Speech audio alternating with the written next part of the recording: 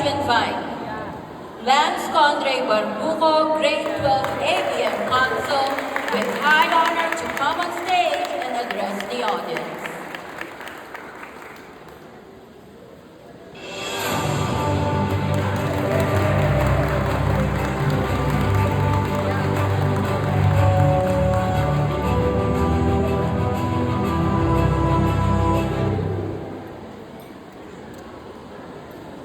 Sa ating panauhin pagsalita at Education Program Supervisor for English, Ms. Maria Gresita M. Columna, sa ating BOT President, Ms. Carlene Campanya Tacos, BOT Secretary, Ms. Christine Campanya, at sa masipag at butihin naming punong guro, Ms. Marichelle D. Ganonce.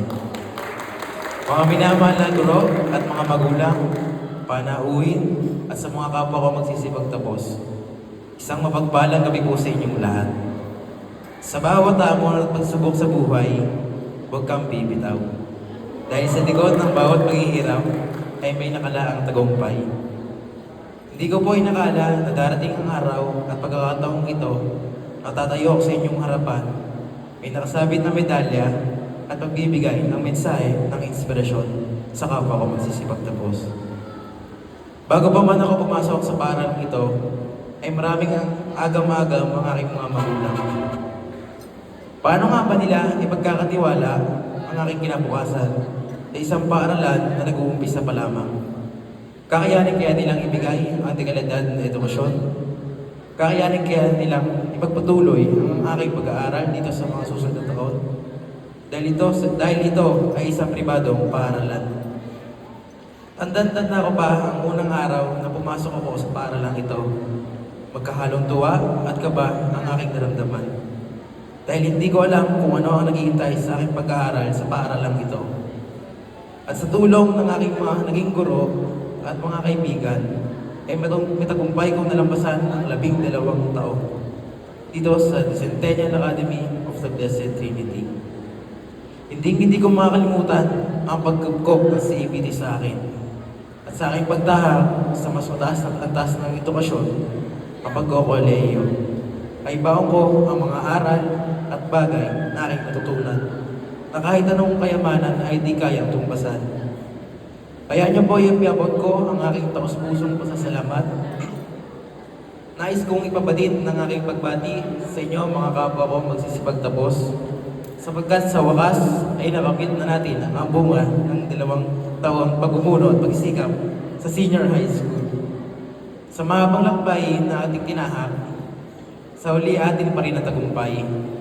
Alam nating lahat na hindi pa tayo tapos sa ating paglalakbay tungo sa magandang kinabukasan. Magkahanong saya at lungkot ang aking nararamdaman sa oras na ito. Masaya dahil matagumpay kong nalampasan ang mga hamon sa loob ng 12 taon. Malungkot dahil lilisanin ko na ang ating sintang paaralan.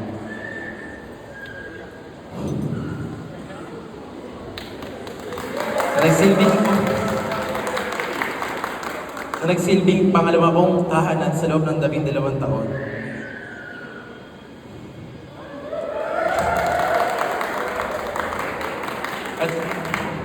At magkakahiwalay-hiwalay na kami ng aking mga kaibigan.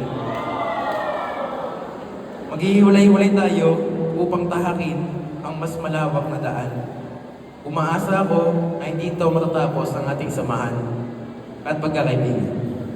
Aalis tayo rito at patuloy na hakbang tungo sa panibagong yugto ng ating buhay.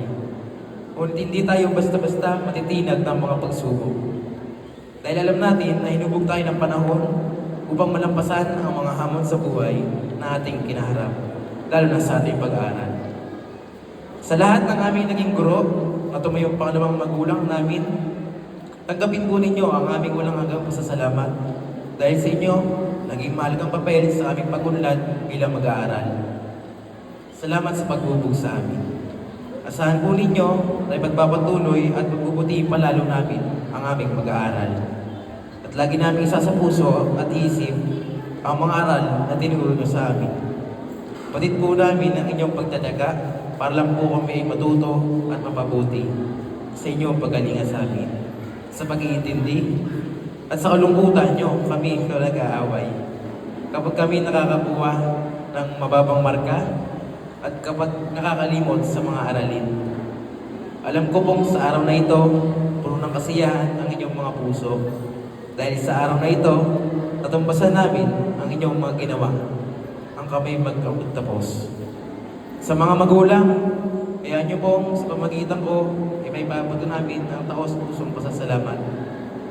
Utang namin sa inyo ang anumang aming darating at mararating pa sa darating na panahon. Ito po ang aming sukli sa bawat sakripisyo at walang hanggang suporta sa amin. Nawa ipagpatuloy po ninyo ang inyong pagsusuporta, paggabay at pagmamahal sa amin. Ngayon kami magkukuling na kayo po ang magsisilbing liwanag sa aming maliwalas na bukas. Nais ko rin pong pasamantalihin ang pagkakataong ito upang pasalamatan ang mga taong naging bahagi kung nasan ako ngayon. Binabati kita sa ABT sapagkat ang pangambanahon ng aking mga magulang ngayon ay puno ng paghanga at pagtitiwala na kaya mong ibigay ang dekalidad na edukasyon at mahusay na pag-ubog sa kakayanan ng mga batang tulad ko. Ang pananatili ko sa paralang ito ng 12 taon ay patunay lamang na nakuha mo ang kanilang pagtitiwala. Ikaw ang naging katuwang nila sa paghubog sa aking kakayahan at kung ano ako ngayon. Sa yumaong Vice Gobernador, Boss Boy Campanya at sa kanyang pamilya, maraming salamat po sa 12 taong diskwento sa matrikula. Tatanamin ko po itong malaking utang na loob habang ako ay nabubuhay. Sa aking naging advisor at disiplinarya mula grade 1, Sir Jim Albert Parin, salamat po. Kahit na wala na sa paralang ito, ay nariyan ka pa rin palagi upang bumabay. Di lamang sa akin, kundi sa buong grade 12. Ngayon, ay hindi ka lamang isang naging guro namin, isa ka na rin mabuting kaibigan. Salamat sa walang sawang pagpapaalala na maging maingat kami sa aming mga kilos, lalong-lalo na kapag kami ay nasa pampublikong lugar, sapagkat lagi namin dala-dala ang pangalang CABT saan man kami mapunta. Sa Sitio Mendoza, Sir Martin at Atty. Ace, di man iisa ang ating pinagmulan, pero magkakapatid ko magturingan. Dahil sa inyo, nahanap ang naramdaman ko kung ano ang pakiramdam na mayroong mga kapatid. Maraming salamat sa palaging pagpaparamdam sa akin, nakabilang ako sa grupo. Basta kayo ang bahala, magpaalam sa mga amigo sa tuwing may lakad tayo. Sa espesyal na tao, nakilala ko dito sa ABT, Daniel Ashley Dulce. Maraming salamat sa patuloy na magbibigay inspirasyon sa akin. Tunay nga napakalaki ng inyong naging kontribusyon sa kung ano ang narating ko ngayon. Salamat sa palaging pag-unawa. Sa aking Mama Lucy at Mama Mayet, salamat sa pag-aasikaso sa akin mula nung ako'y maliit pa. Habang nagtatrabaho sila Mami at Daddy. Maswerte raw ako dahil ako ang inyong unang apo. Spoil nga, ika nga nila. Salamat sa pag-abot ng ekstrang baon at pagpaparamdam sa akin ng inyong pagmamahal. Sa aking Lolo Danny at Nanay Mita, salamat po sa pagkakabait kina Mami at Daddy.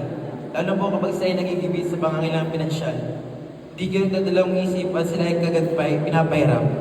Dahil sa inyo, naging magaan para sa kanila ang may taguyod ng aking pag-aaral sa loob ng 12 taon. Nawa po ay patuloy niyo pa rin kayong naririyan sa amin ngayon kung ako ay magkukuleyo na. Unang-una, walang aking mga magulang. Ang inyong walang sawang suporta at mga sakripisyo ang aking naging pundasyon ng aking tagumpay. Kayo ang aking mga unang guro, ang aking mga bayani at aking taga-suporta. Mula sa aking unang hakbang hanggang sa araw na ito, kayo ang naging haligi ng lakas at determinasyon. Alam ko na hindi madali sa inyo ang mga sakripisyo. Maraming pagkakataon na inalaan nyo ang inyong oras, lakas, at kahit ang inyong sariling mga pangarap upang masiguradong matupad ang aking mga pangarap. Kayo ang nagbigay ng walang hanggang pagmamahal at pangunawa kahit sa mga panahong ako ay nagkamali. Ngayon, ako ay nagtapos. Ang aking mga tagumpay ay hindi lamang bunga ng aking sariling pagsumikap, kundi bunga rin ng inyong walang sawang suporta at gabay.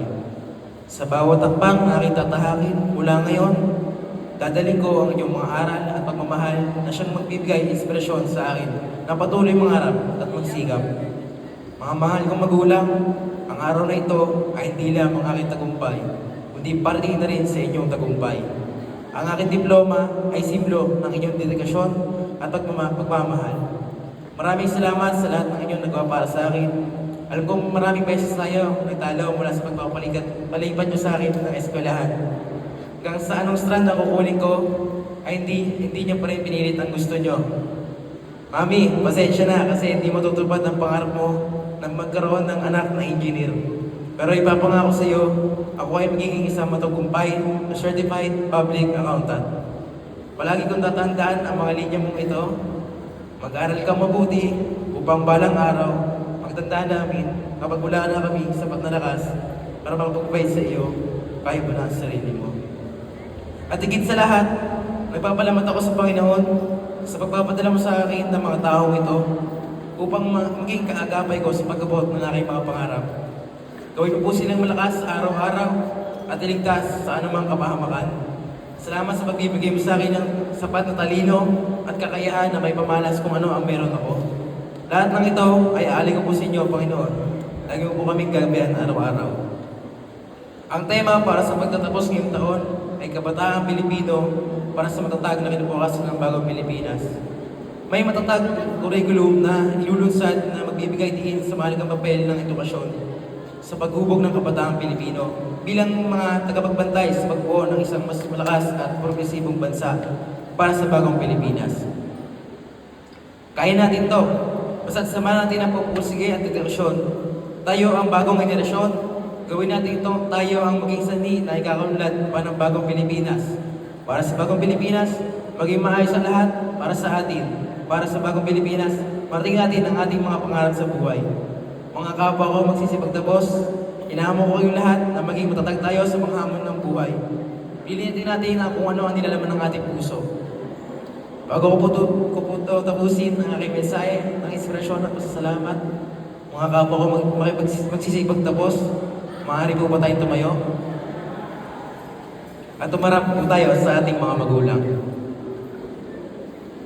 Sabay-sabay po nating sabihin, maraming salamat, nanay, tatay, para po sa inyo ang tagumpay namin ito. Maaari na po yung buko. Muli, maraming po salamat. Ito po si Lance Condre D. Barbuco, ang Mr. Sabe ng CABT, ang inyong class valedictorian sa panuruan 2023-2024. Ang nag-iiwan ng linyang ito, ang mga pagsubok ay hindi dapat maging hadlang sa pagkamit ng tagumpay. Ito ay dapat na maging inspirasyon para lalo kang magpatuloy sa buhay. Magandang gabi po sa inyo lahat. Chat!